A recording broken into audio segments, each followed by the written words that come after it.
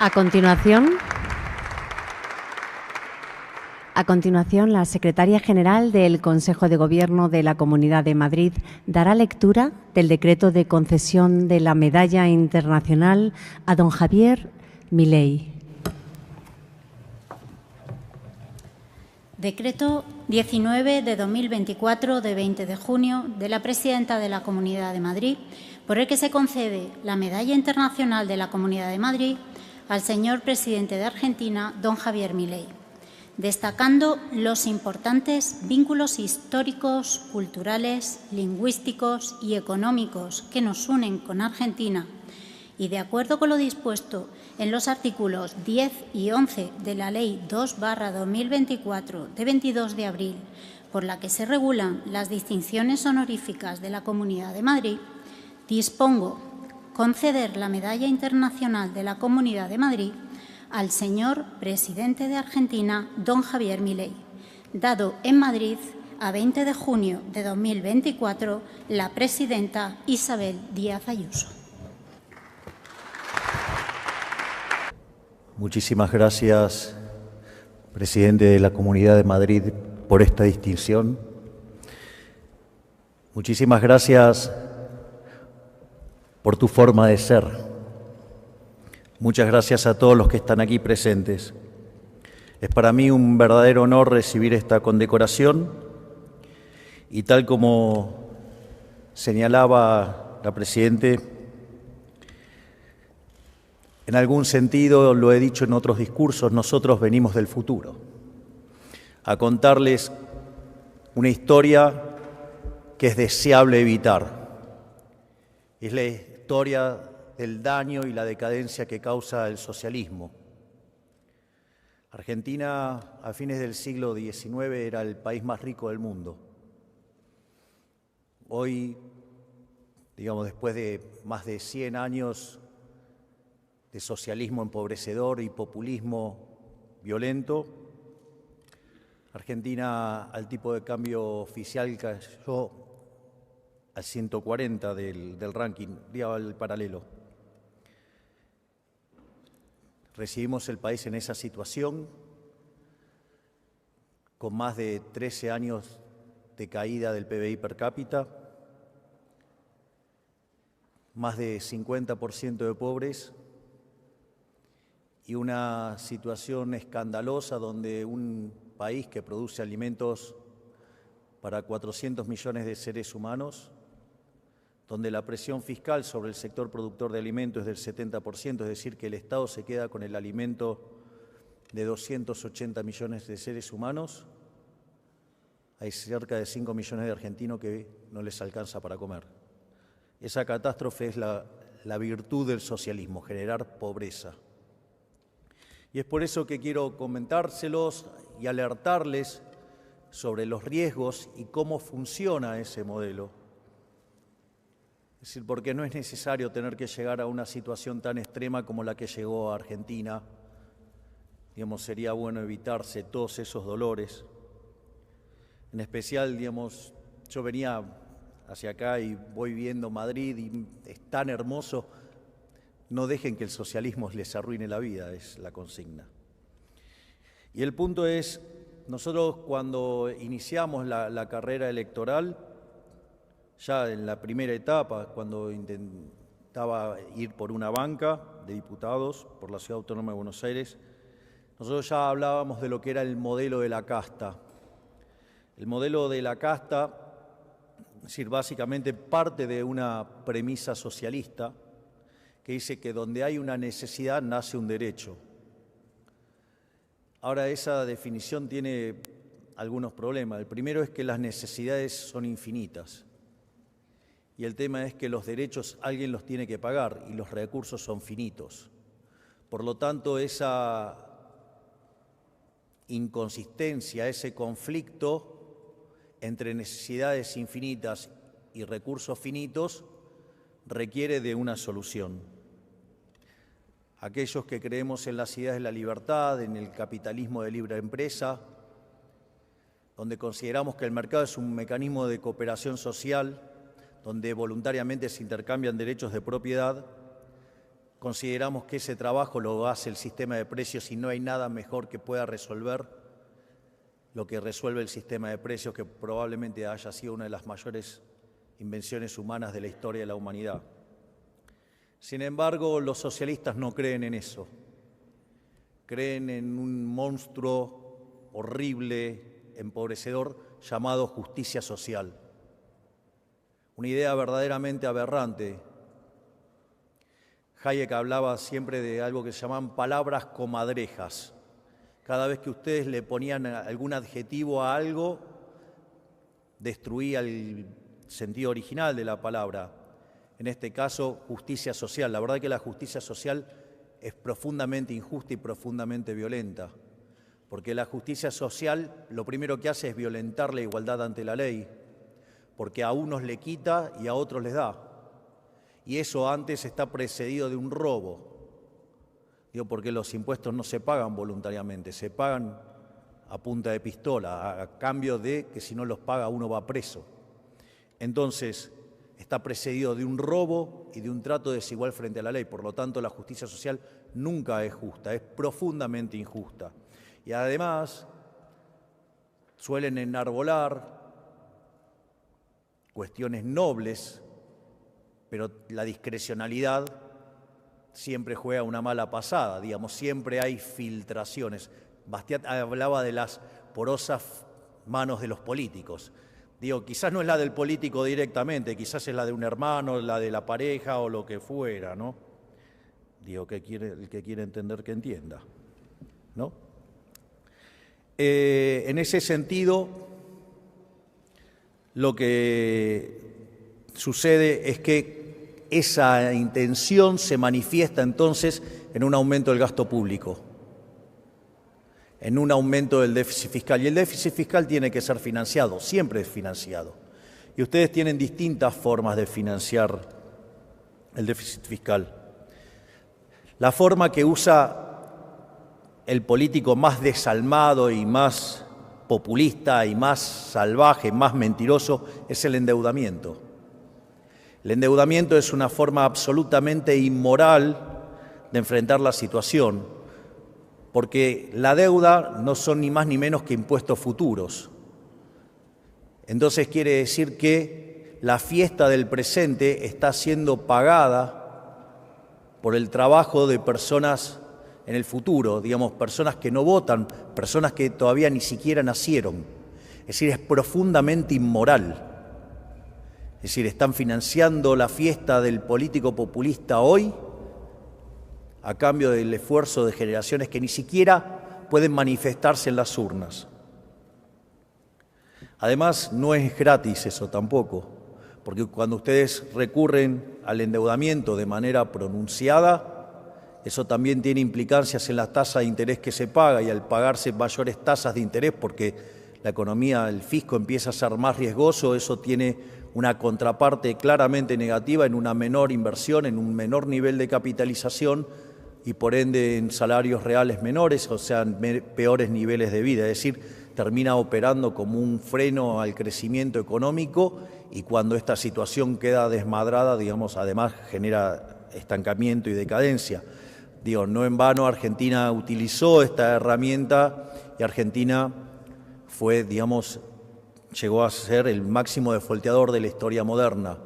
Algo que nosotros desde nuestro gobierno estamos cambiando. Nosotros básicamente heredamos un déficit fiscal de 15 puntos del PBI, donde 5 eran en el Tesoro, 10 en el Banco Central, y contra todos los pronósticos que se hacían de que hacer un ajuste de semejante calibre era imposible, nosotros lo hemos hecho en menos de 6 meses.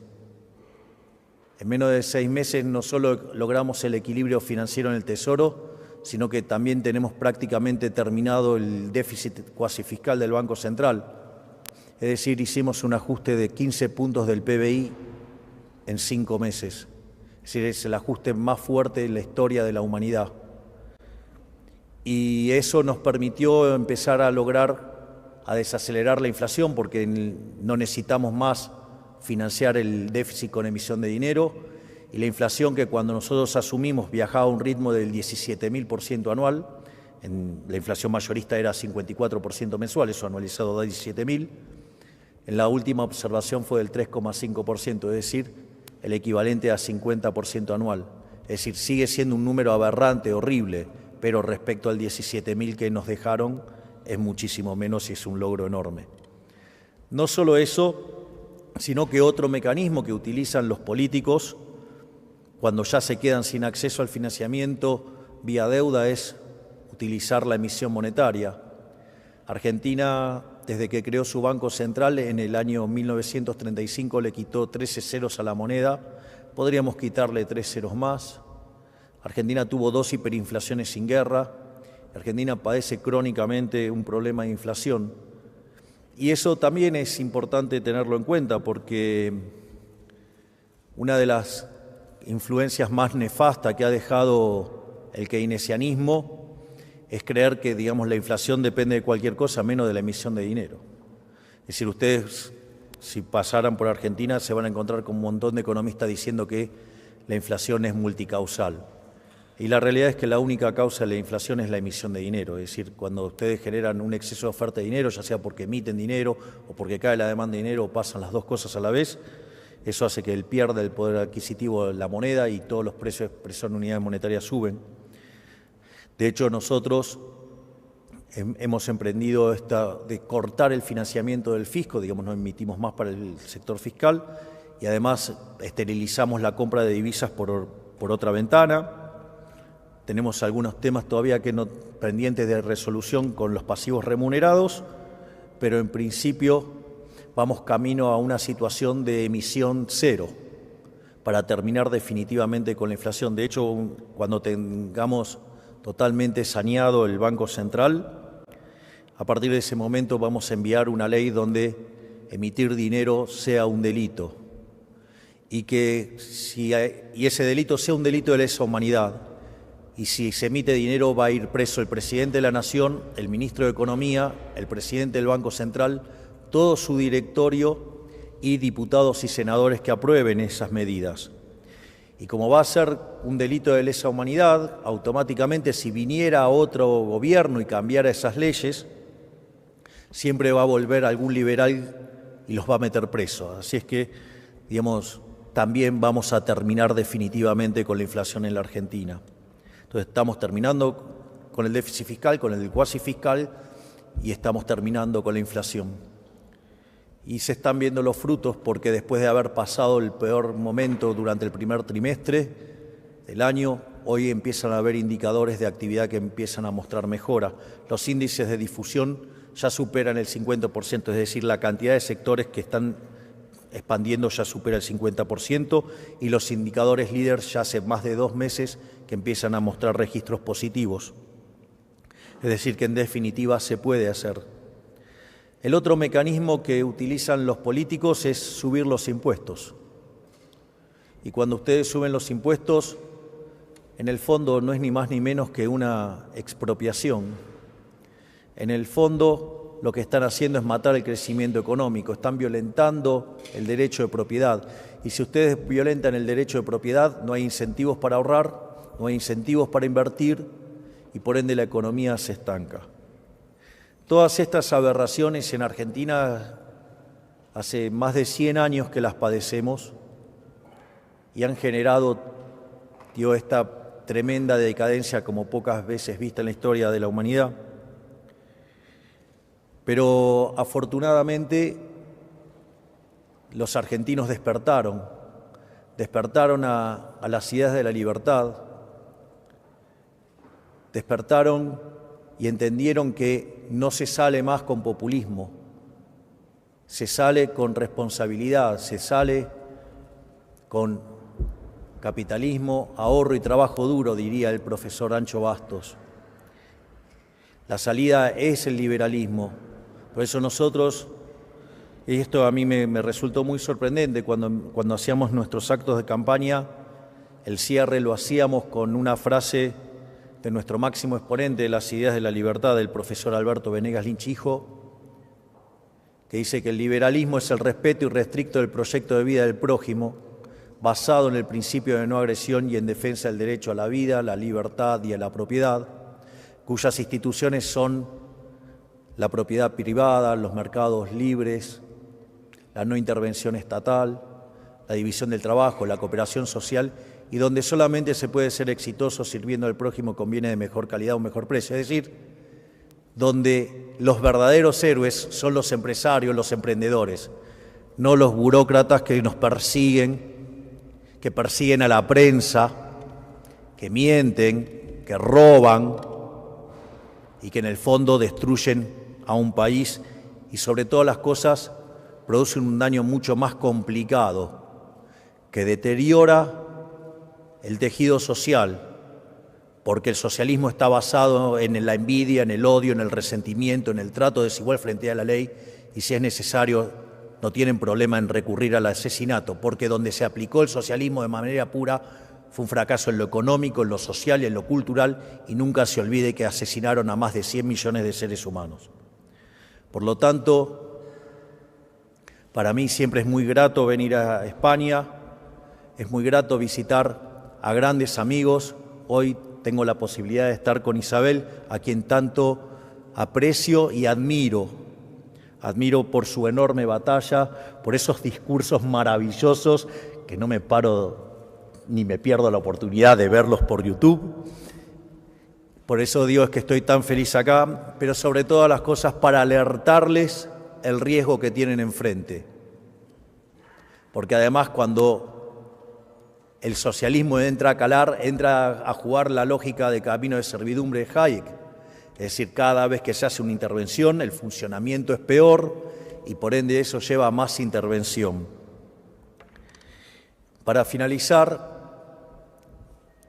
quiero contarles dos frases, una de Mises y una de Hayek. La frase de Mises dice que el conocimiento en economía lleva al liberalismo, y una frase de Hayek que dice que si los socialistas entendieran de economía, no serían socialistas. Bueno, parece que una de las excepciones que hacen a la regla la tienen ustedes con el señor Sánchez, que evidentemente, digamos, a pesar de haber estudiado economía, o no entendió, o, digamos, le gusta mucho el Estado para llevarse puesto a los españoles, pero tengo esperanzas de que estén despertando como despertó en Argentina. Yo recuerdo que cuando arranqué la campaña, en el cierre dije que yo no venía a guiar corderos, venía a despertar leones. Y parece que ese rugir desde un lugar alejado de Sudamérica empezó a llegar a todo el mundo, ya dio una lección a Europa recientemente y creemos que en el mundo volverán las ideas de la libertad, que son la única que traen prosperidad. Muchísimas gracias.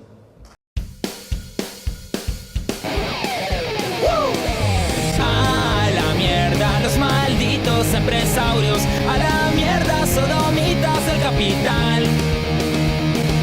Basta de basura keynesiana, ha llegado el momento liberal.